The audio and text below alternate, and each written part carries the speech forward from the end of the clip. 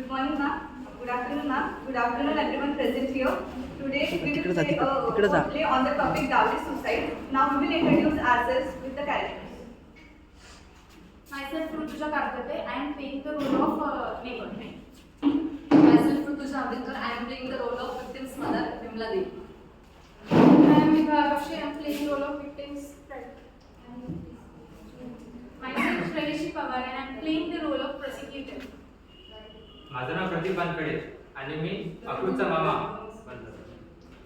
I am Mahendra Narwade. I am playing the role of accused. I am Jayesh Dhavre. I am playing the role of police officer. Myself, Jami Bansari, and I am playing the role of accused sister. Myself, I am playing the role of judge. Myself, Nikhil Chandekar. I am playing the role of defense lawyer.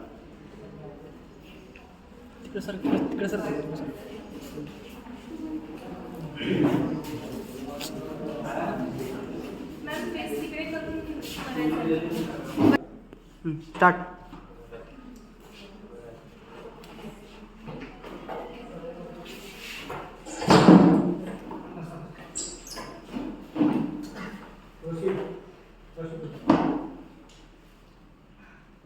आप सभी thank you madam. आप सभी को मेरा नमस्कार.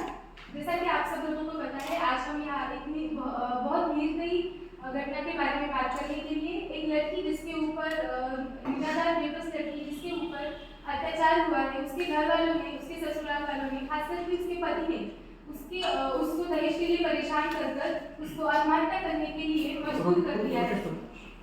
उससे न्याय मिले, इसके लिए आज हम यहाँ इकट्ठे हुए हैं. Thank you madam.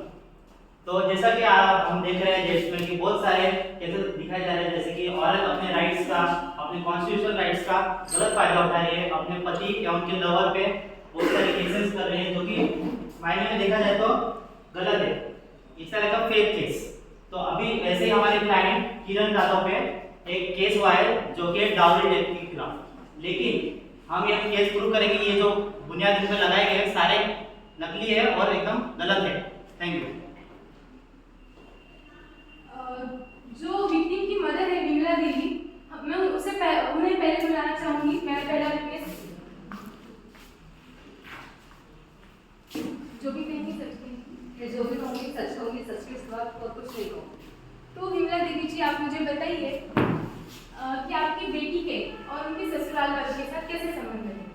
जज साहब, मैं सानिका की माँ विमला देवी हूँ. हमारी बेटी की शादी हमने एक बहुत अमीर घर में कराई ताकि उसके जो भी सपने हैं वो जो मायके में पूरे ना हो सके वो ससुराल में पूरे. हमारी बेटी बहुत खुश थी. उसने हमें कॉल पे भी बताया कि उसके सास ससुर भी बहुत अच्छे हैं. लेकिन कुछ दिनों बाद मुझे पता चला कि उससे पैसों की दहेज की मांग की जा रही है. हमारे दामाद जी ने हम उससे 10 लाख और गाड़ी की मांग की. हमारे हैसियत इतनी नहीं कि हम इतना सब दे सके. हम मजबूर. माय लॉर्ड, जैसा कि आपने देखा, विमला देवी को दहेज के लिए धमकाया, मारा, पीटा जा रहा था. उसे 10 लाख की गाड़ी के लिए मांग की जा रही थी. उनकी वो ससुराल वालों की उनकी वो मनोकामनाएं पूरी न होने के कारण उसे और परेशान किया जा रहा था. जो किरण यादव है, उनके पति, उन्होंने उसके ऊपर जो अत्याचार किया है उसके लिए हमें न्याय चाहिए. डिफेंस आप कुछ कहना चाहते हो? या बिल्कुल. तो विमला देवी जी, जैसा कि आपने बताया कि किरण यादव आपको, आपके परिवार को दहेज के लिए आपको देते, तो मुझे बताइए कि आपकी कहीं पे भी मोबाइल पे या आमने सामने कहीं बात हुई किरण यादव जी से कि दहेज के बारे में? जी नहीं, सिर्फ मेरी बेटी का कॉल आया था कि दामाद जी 10 लाख रुपए और गाड़ी की मांग कर. मतलब आपकी किरण यादव से कभी बात नहीं हुई? जी नहीं. तो ऐसा भी तो हो सकता है कि आपकी बेटी खुद बोल रही हो कि उन्हें ये पैसे और गाड़ी चाहिए खुद के लिए. That's all you know. Thank you madam. My Lord, इस बार मैं अपने फर्स्ट विटनेस को, जो कि मेरे क्लाइंट के मामा जी हैं, उनको बुलाना चाहूँगा. नमस्कार साहब. जो बोलूँगा सच बोलूँगा, सच की सिवाय कुछ नहीं बोलूँगा. तो आपका नाम क्या है? बलदेव कामड़े. आप करते क्या है? वाटू का बिजनेस है हमारा. तो जब ये दुर्घटना हुई तब आप कहाँ पे थे और किसके साथ? भाईजे के साथ शादी में. तो आप कई बार घर पे आए होंगे, देखा होगा कि कैसा वातावरण, तो क्या आप कोर्ट को बताने का कोशिश करेंगे? जैसे हम कभी भी त्योहारों के समय अगर जाते हैं उनके घर पे, तो वैसा कुछ दिखाई नहीं दिया हमें तो उनमें, बाकी तो ठीक ही रहता है। तो कहीं भी नहीं कोई झगड़ा वगैरह कुछ दिखाई नहीं दिया? नहीं, सब प्यार से रहते हैं। That's all. जैसे कि आप देख सकते हैं कि हमारे मामा जी ने बताया है कि वहाँ पे कोई तरह सब सुख और अच्छे से रहा करते थे, और मुझे लगता नहीं कि किसी एकदम हरासमेंट या फिर कुछ होगा। Thank you my lord. Baldev Singh ji, आप मुझे ये बताइए कि आपके घर में आने से पहले या घर से जाने के बाद कुछ हादसे घर में हुए हो सकते हैं, आपका क्या कहना है? मैं जब था तब तो कुछ नहीं हुआ, मेरे जाने के बाद पता नहीं चला।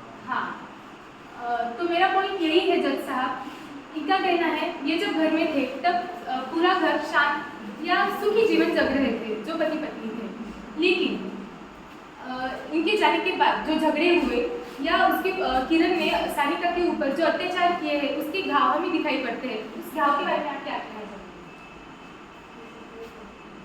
हो सकता है वो बाद में हो रहे होंगे। जज साहब, that's all. जज साहब, मैं बुलाना चाहूँगी मेरे सेकेंड विटनेस को, जो है सानिका की पड़ोसी। मैं जो कहूँगी सच कहूँगी, सच के साथ कुछ नहीं। ऋतु जान, आप मुझे ये बताइए कि आप सानिका को कितने सालों से जानते हैं? मैं उनको 1 साल से जानती हूँ। ठीक है, आपने देखा होगा सानिका के उनके ससुराल वालों के साथ कैसे संबंध थे?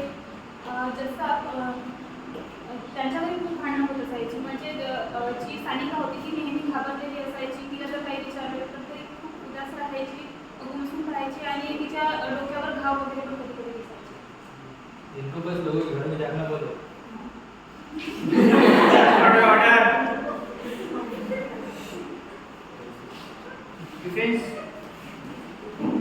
तो ऋतुजा जी, जैसा कि आपने बताया कि उन्हें आपको झगड़े की आवाज़ आती थी या कुछ से होता था, लेकिन कभी आपने सोचा नहीं कि पुलिस में कंप्लेंट की जाए?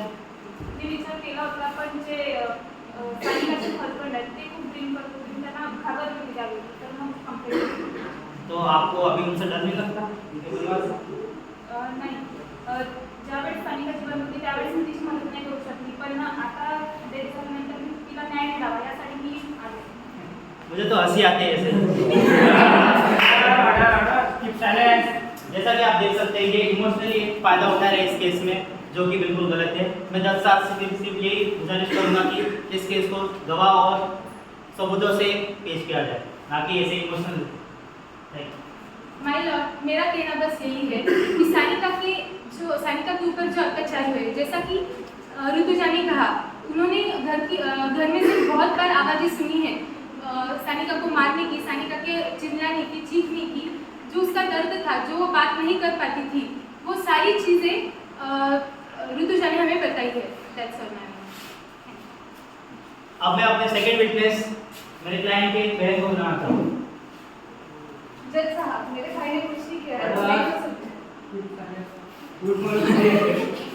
मैं जो कहूँगी सच कहूँगी, सच में और कुछ नहीं। तो जानवी जी, हमें बताइए कि आपके भाई और भाभी के बीच कैसा संबंध है, और आपके भाभी के बीच कैसा संबंध है?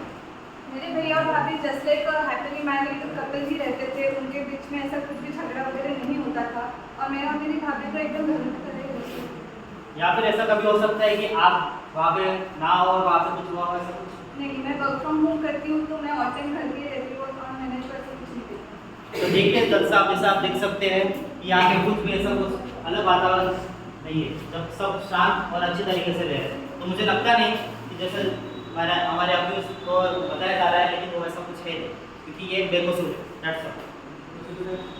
Thank you, my lord. Janvi जी, जैसा आपने भी कहा, तो मुझे अब ये बताइए कि जो सानिका के शरीर के ऊपर घाव थे, वो क्या दर्शाते हैं? वो बहुत गड़बड़ी में काम करती थी, तो शायद कुछ काम करते हुए उसे लगता है।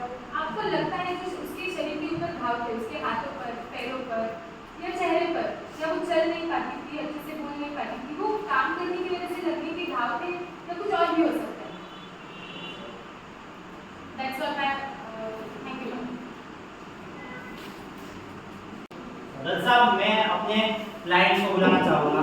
जो कि है किरण जाधव जी।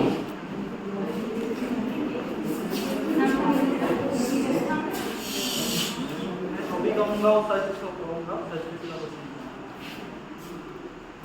तो किरण जाधव जी, जैसा कि आपके मामा जी ने बताया कि घटनास्थल के वक्त आप वहाँ पे नहीं थे, तो बल्कि आप मामा जी के साथ शादी में रहे। लेकिन क्या आप हमें बता सकते हैं कि जब ये कब हो रहा था, आप कहाँ थे? मामा जी के साथ में हम शादी में थे, तब हमें इस चीज़ का कोई अंदाजा नहीं। जब आपको पता चला तो आपकी प्रतिक्रिया क्या थी? बहुत ज़्यादा दुख हुआ, कैसे हो गया मुझे, मतलब कुछ अंदाजा नहीं हुआ कैसे हो सकता है। जैसे आप करते क्या? ये हमारा फैमिली बिजनेस है। तो क्या आपके और आपकी पत्नी के बीच जो आप संबंध है आप कोर्ट को बताने की कोशिश करेंगे? जी, जब शुरुआत के 6-7 महीने थे तब तक तो सब सही था, लेकिन उसके बाद उनके बिहेवियर में थोड़े बहुत चेंजेस लगने लगे। बिहेवियर में चेंजेस मतलब क्या आप बता सकते हैं कुछ? जी, वो बात पर छोटी-छोटी बातों पर गुस्सा करने लगी, कभी खुद को आरोप करने लगी। खुद को मतलब सिर्फ खुद को कि आपको भी कभी कभार? बहुत बार तो खुद को करती थी, लेकिन 1-2 बार मुझे भी हर्ट करने का ट्राई करा था। जैसा कि आप देख सकते हो ये एक क्लियर केस दिख रहा है कि एक मेंटली अनस्टेबल पर्सन का। जैसे कि आप देख रहे हैं कि हमारे क्लाइंट को भी कभी कभार वो मारती थी, पीटती थी, जो कि बिल्कुल गलत है। मुझे लगता है कि ये क्लियर केस ऑफ सुसाइड है, जो कि एक मेंटली अनस्टेबल पर्सन कर सकता है। मुझे पता है मेरे क्लाइंट की तरफ से बस एक गलती हो गई कि उन्होंने अपनी पत्नी का ठीक तरीके से ध्यान नहीं रखा, बस उनकी एक गलती हो गई। तो मुझे नहीं लगता कि उनके बीच जो डाउरी केस लगा है वो बिल्कुल गलत है और उसे अभी अभी खत्म कर देना चाहिए। That's all. आप कुछ कहना Thank you, madam. मुझे आप ये बताइए कि आप ड्रिंक करते हैं, आप जब ड्रिंक करके आते थे नशे में, आपने कभी अपनी पत्नी को मारा पीटा हो सकता है? मुझे उतना याद नहीं रहता। Point to be noted my Lord, जब वो नशे में थे उन्होंने क्या किया उन्हें याद नहीं है, तो उन्होंने मारा पीटा हो सकता है। विभा, मुझे आप ये बताइए कि जैसा मुझे पहले आप ये बताइए कि आप सानिका को कितने सालों से जानते हैं? मैं सानिका को कॉलेज में जाती हूँ। ओके। और जैसा कि किरण ने कहा, सानिका की पति ने, कि सानिका कभी आपको मेंटली अनस्टेबल व्यवहार करती हुई दिखाई दी कॉलेज में, उसमें क्या चेंजेस थे शादी के पहले और शादी के बाद? मैंने जब मैं उसके कॉलेज के साथ गई तब तो हंसी खुशी रहती थी मेरे साथ, मतलब बहुत अच्छे से रहती थी। पर जब से उसकी शादी हुई बहुत दुख रहती थी, मतलब जब मैं उससे वीडियो कॉल पर बातें करती थी तब मुझे उसके चेहरे पे मार्क दिखते थे, मारने के। और जब मैं उसकी शादीशुदा जिंदगी के बारे में पूछती तो टॉपिक चेंज हो गया। माय लॉर्ड, मेरा कहना यही है, सारे गवाहों, सारे सबूत सिर्फ किरण की ओर इशारा कर रहे हैं। उन्होंने सानिका के ऊपर कैसे अत्याचार किया, इन सारे ठोस सबूतों के अलावा मैं ठोस सबूत पेश करना चाहूँगी, जो कि पुलिस इंस्पेक्टर है जो इस केस को इन्वेस्टिगेट कर रहे थे, वो पीएम रिपोर्ट लाएंगे।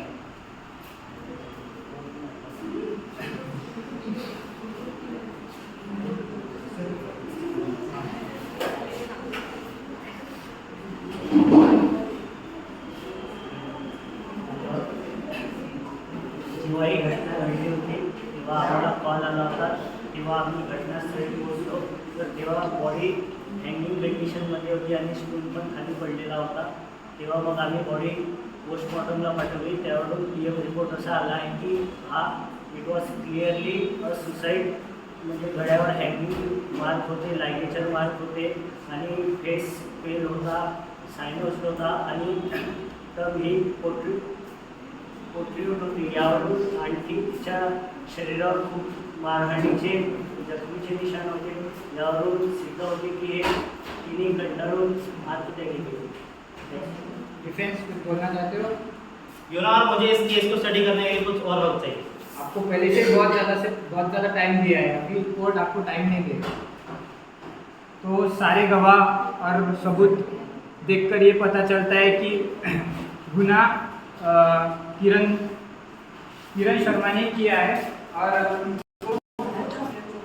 Section 498 mental harassment and emotional abuse bye husband and relatives, Dowry Prohibited Act 1961 and Protection of Women from Domestic Violence Act 2005 के तहत आज हम कारावास सुना जा रहा है।